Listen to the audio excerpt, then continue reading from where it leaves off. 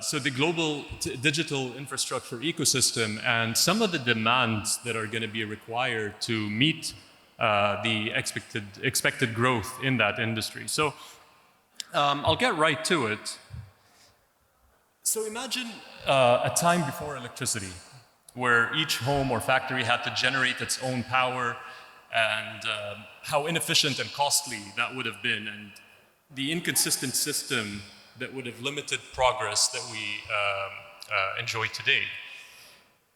When the power grid came, as capex intensive as it was, and how it transformed electricity into a shared, reliable utility, which is accessible on demand, it revolutionized industries as we know them. And that in turn improved lives, turning into a driving force behind what we enjoy today in modern innovation and prosperity. So what Core 42 is doing in terms of digital infrastructure as part of a broader G42 ecosystem, and I'll try to contextualize that a little bit in the coming slides, is look at that analogy and see how applicable it is in the manufacturing and deployment of intelligence and the infrastructure required to be able to achieve that. So very similarly to the first electrical systems that had generation, distribution, and regulation, in the G42 context, we're providing that full stack. So the generation piece is part of what we have in our data center infrastructure with Khazna. The distribution comes with our sovereign cloud deployments and digital infrastructure, whether it's AI cloud or traditional cloud with sovereign controls. And that sovereignty piece is the regulatory element that we are delivering in terms of value today. And that's the enablement of sovereignty so that you're avoiding with, especially the public sector and regulated industries, the issues around extraterritorial jurisdictional control that countries could have over the technology companies where those technology companies emanate from. And so what we do is solve for that. And so again, it's very analogous to a power grid. And here's kind of a depiction of what G42 looks like. The only caveat is this is probably how it looks like today, unless I missed something yesterday, but it could change tomorrow. And that's how fast we're growing. It's quite significant to see that since 2018, we've developed into a national AI champion and now a global powerhouse in the AI domain, attracting the likes of Silver Lake, Microsoft, the Dahlia family office, and Mubadala as minority equity stake investors in G42. But more importantly, what we enable is quite profound. When you think of the data center infrastructure with Khazna, mainly wholesale, design, build, operate, and this is kind of where I think there's a natural common denominator with a lot of what's been discussed at this conference so far in the crypto domain, where that high density compute is quite important. We were used to a traditionally cloud infrastructure being deployed by hyperscalers with a lot of more serialized compute. Here you have matrix multiplication, parallelized compute, and the amount of kilowatts per rack, when you look at traditional cloud, would have been somewhere roughly around the order of 17 to 20 kilowatts. Now looking at, the hundreds per rack. And so that's going to require more cooling technologies, innovative network topology to be able to kind of scale those systems, connect hundreds of thousands of GPUs together, and create value. So it's a very interesting time to be part of an industry where even on the wholesale data center, what otherwise would have been looked at as more of a real estate play, you have to innovate even at that foundational level. So that's the physical infrastructure in the G42 stack. The digital infrastructure is led by a company where I sit in my day job, Core 42.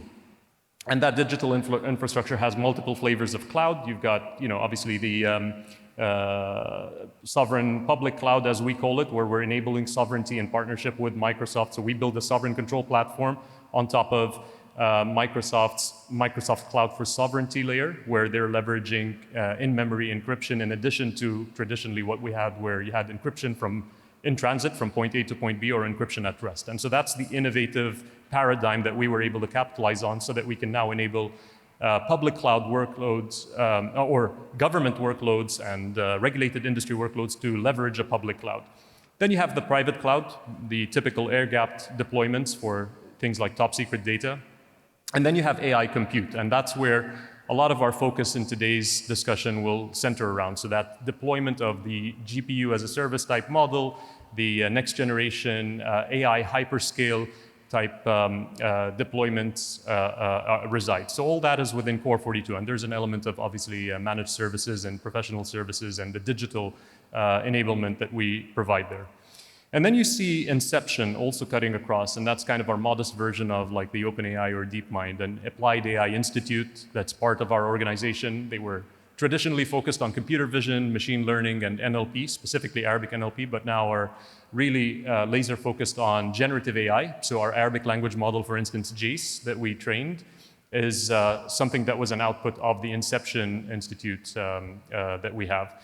And then you have the operating companies that are mainly verticalized companies focused on different sectors. M42, for instance, is our healthcare company that is a combination of Mubadala Health and G42 Healthcare. When they came together, you had both the point of care, things like the Cleveland Clinic, as well as our Emirati genome program, where we're doing whole genome sequencing for 1.2 million Emiratis. CPX is on the cybersecurity side. Space 42 is in geospatial services, leveraging remote sensing data, be it radar, optical, and fusing that together and deriving insights. And now Space 42 is also has part of it, Bayanat, which was part of G42, and Yasat. So you're combining both remote sensing with satellite telecommunications and broadband, enabling a new interesting paradigm in the space sector when it comes to the types of use cases that could leverage both ends of the spectrum. Presight, mainly business intelligence and big data analytics. AIQ, a joint venture that we have with ADNOC, so energy transformation, everything from seismic data analysis to reservoir simulations, all that takes place there. And then you have a couple of consumer businesses, analog and edge computing, and mixed reality, and Astrotech, which is our super app. We also recently came together with Mubadala in deploying a fund, a company called MGX, and most recently, maybe most people here would be aware of the Global Infrastructure Partnership Fund with BlackRock, Microsoft, and MGX that was recently announced to invest in digital infrastructure. I know we have Ben here somewhere in the next session. There he is. So he's probably going to double click on that. But I think in the context of what I'm trying to kind of scene set here and tee up for the next session, one of the interesting statistics that I came across recently is that the world today has less than 60 gigawatts of data centers. And if we were to try to bring AI to everyone, we probably need roughly between 300 and 500 gigawatts. And if you think of what it takes to build 1 gigawatt of data center and fully load it with the compute infrastructure, GPUs, AI accelerators, or what have you, that's probably going to be around a $45 billion investment for each gigawatt. So you can do the math and see how expensive that becomes very quickly. While I was on my way here, I was running some calculations, so I'll pull up my cheat sheet here. So you have the compute infrastructure that needs to load up these gigawatts of facilities to bring AI to the world and to the benefit of humanity, but there's also the energy infrastructure that's equally as capital intensive.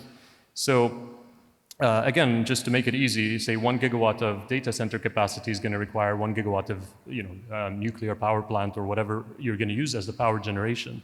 And the infrastructure cost per gigawatt for a nuclear plant could be anywhere between $5 and $9 billion. So when you put that all together, it's quite a sizable amount. I think on the energy infrastructure side, somewhere around the $22 trillion mark, and then for the energy infrastructure, another 4 or 5 trillion. Bottom line is, this is not going to be something that one company or one government or one organization is able to do on their own. So I think what we're finding, and a good example is the Global Infrastructure Fund, is that you're going to have different facets of the government building out this financial architecture to enable the deployment of capital at scale. And again, if you look at back to the energy analogy, the infrastructure with energy is something that would have required a lot more than we were able to invest to date to be able to make it as ubiquitous as we would hope it would be. And today, there are still, even though electricity came about probably about 14 decades ago or so, you still have 770 million people that don't have access to electricity. So you can't really afford that with intelligence, especially since it is going to be the ability to augment human ingenuity, and you want to try to make that as equitable in terms of access as possible.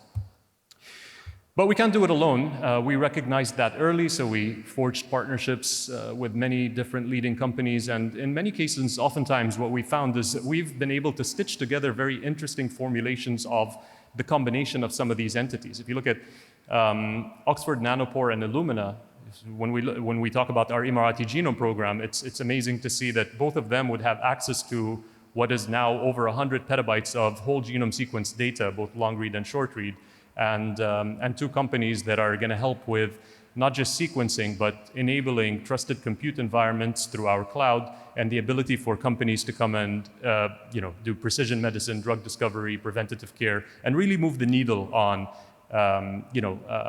improving medical outcomes. And that's kind of analogous to kind of most of the partnerships that we have in terms of how it enables scale, but also creates more innovative approaches to attacking different types of problems.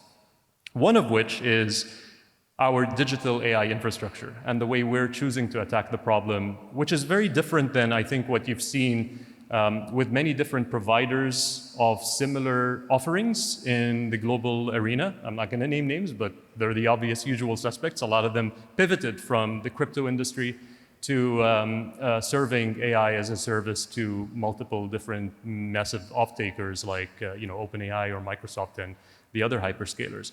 The key with us is we have an agnosticity that allows us to leverage a diverse silicon set. So, and we've actually done this in collaboration with different providers. So you see here on the screen the readiness. Obviously, we have deployments in the UAE, but we've also had for over a year deployments in the US, mainly leveraging our Cerebrus partnership and the equipment and the supercomputers that we've deployed in the US. So we've got multiple clusters in California, Dallas, and in Minneapolis, and soon to be other locations as well.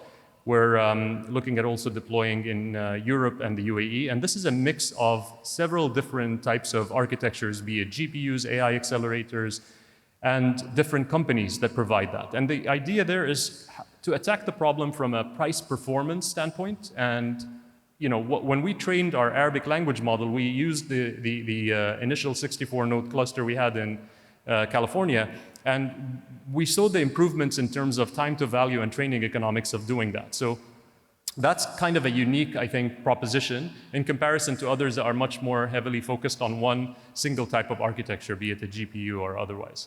And so from that perspective, we feel fairly confident that we can provide a different type of differentiated value in this type of an ecosystem. And we also build platforms to help abstract the complexity of accessing and consuming that infrastructure, whether it's on the software side or the model side. We're not only using what we build in terms of the language model, for instance, JACE. We are also working very closely with OpenAI on fine-tuning for different industry use cases and custom models. We were able to teach Llama how to speak Arabic. So our 70 billion parameter model of JACE took experiences and techniques from what we were able to build with our 7B, 13B, and 30B JACE model that we did from scratch, using a proprietary Arabic data set with 1.6 trillion tokens that we digitized, because only 1% of the world's content online is in Arabic. So that was a massive undertaking by our team. And then we were able to develop the model and open source it so that others can build on top of it. But the idea behind the platforms we're building are that, number one, they solve for sovereignty. They help when you're doing retrieval augmented generation and using proprietary data sets to try to gain more insights out of your institution's data. You're able to do that in a sovereign way. And depending on the prompt, it chooses the most economic model to use. But then also on the inferencing side, or even the training side, it helps you choose the right type of silicon to use. Because Qualcomm, we should add that to the slide here, we just signed a deal with them in GITEX. But Qualcomm has an inference accelerator, for instance, that might be more economical than just using an H100 for the inferencing that you're trying to do. So that abstraction is something that we continue to try to develop. And so this is just proof that it's real. It's not aspirational. These are pictures from our Colivore data center in California, the bottom right. And then the other ones are from our deployment in Abu Dhabi right now with our H100s. And the capacity that we recently brought online here in what we call a regulated technology environment, because increasingly that's becoming a lot more important for us to kind of solve for outside of the US, where export controls of advanced cutting-edge technologies need to be treated a certain way. And so we believe we have first movers advantage in being able to do this and deploy in a responsible way that meets the obligations of such licenses. So the intelligence grid, as we call it at G42, that we're aspiring to build out, by definition is going to need to be a grid, interconnected, deliver intelligence, and be a lot more scattered in terms of geographic footprint than just 1 or 3 even locations. And it's designed not only for the technology advanced, but also for communities that have been historically left behind. So, like I said earlier about electricity and the access to electricity, the fact that there are 770 odd million people that still don't have access to electricity, we can't allow this to happen with AI. And so we must have an inclusive form of being able to deliver that intelligence and break the digital divide. And I think that, regions like the Global South and Africa in particular can even leapfrog a lot of the technologies that are more traditional and not have to do things so sequentially and embrace AI if they're able to access it and develop on top of it a lot quicker. So this is a key area we're focused on. In fact, we recently announced with Microsoft our intention to build a 1 gigawatt data center and offer the government and regulated industries in Kenya everything across our G42 stack, leveraging a gigawatt of geothermal energy that they have access to and that's on their grid. So we also need to do this and deploy in a responsible way because obviously the amount of energy that's going to be required is quite massive. So this is obviously not something I came up with. It's a very important formula that probably took Einstein, and then if you look at Newton and others that have invented calculus, the need to consume so many math and physics books and leverage to the extent by that point in time the human collective intelligence to come up with something so impactful. And for us, when you look at democratizing intelligence, you're always trying to build on the shoulder of giants, but at the same time, there's a level of a carbon footprint that those individuals and data scientists and lab technicians would have incurred to that point where they were able to develop something, and even though confined by a biological substrate, not having the speed to value and compute cycles that a machine would have, came up with these ingenious types of discoveries. And so when you think about it in today's world, I think this is a very relevant formula that we came up with just to kind of drive the point home. You throw as much energy as you throw at the problem, the more intelligence you get out. E equals IQ. I think this is something that's quite, for at least us AI practitioners, we're starting to see this, not just in terms of the scaling laws, but even when you look at things like the recent OpenAI Model 01 and reasoning. Reasoning is going to require a massive amount of inference compute, but what you're getting out of that is new knowledge. So just like what Einstein and what Newton came up with were quite profound and impactful, what people have been able to build on top of that, leveraging what they've consumed to be able to get to those points, I think is going to be something that's analogous to what new knowledge and discovery could look like when machines are able to provide that. And that, in the context of certain big problems that the world has, whether it's cancer research or whether it's energy transformation, all those things are probably within reach of solving if you can apply that type of compute power towards it. So we feel like it's an imperative, and it's something that is important for us and we have a responsibility, frankly, to ensure is not just deployed responsibly and ubiquitously accessible, but that's inclusive and that breaks the digital divide in the world and that can help humanity take that one step further in the different traditional revolutions like the Industrial Revolution that we had. This is definitely a point in time where I think in 50 years we'd look back and say this was that turning point and that moment where we were able to digitally enable the next generation of intelligence, where a form factor that's being created is for the first time in human history going to have potentially surpass human intelligence and ingenuity. But for us, it's about augmenting human ingenuity by developing and delivering intelligence. So that's the idea behind why G42 is building out what we call the intelligence grid, how each one of our different components and different companies play a role, how Core 42 is that central backbone in powering it, analogous in a way to a utility or a power plant, and where we feel we can take this in this collective effort with the public sector, the private sector, as well as governments and organizations and initiatives like the one BlackRock, Microsoft, and MGX recently announced. So I'll leave you with that. Thank you very much. It was a pleasure sharing with you some of what we're doing at G42 and Core 42.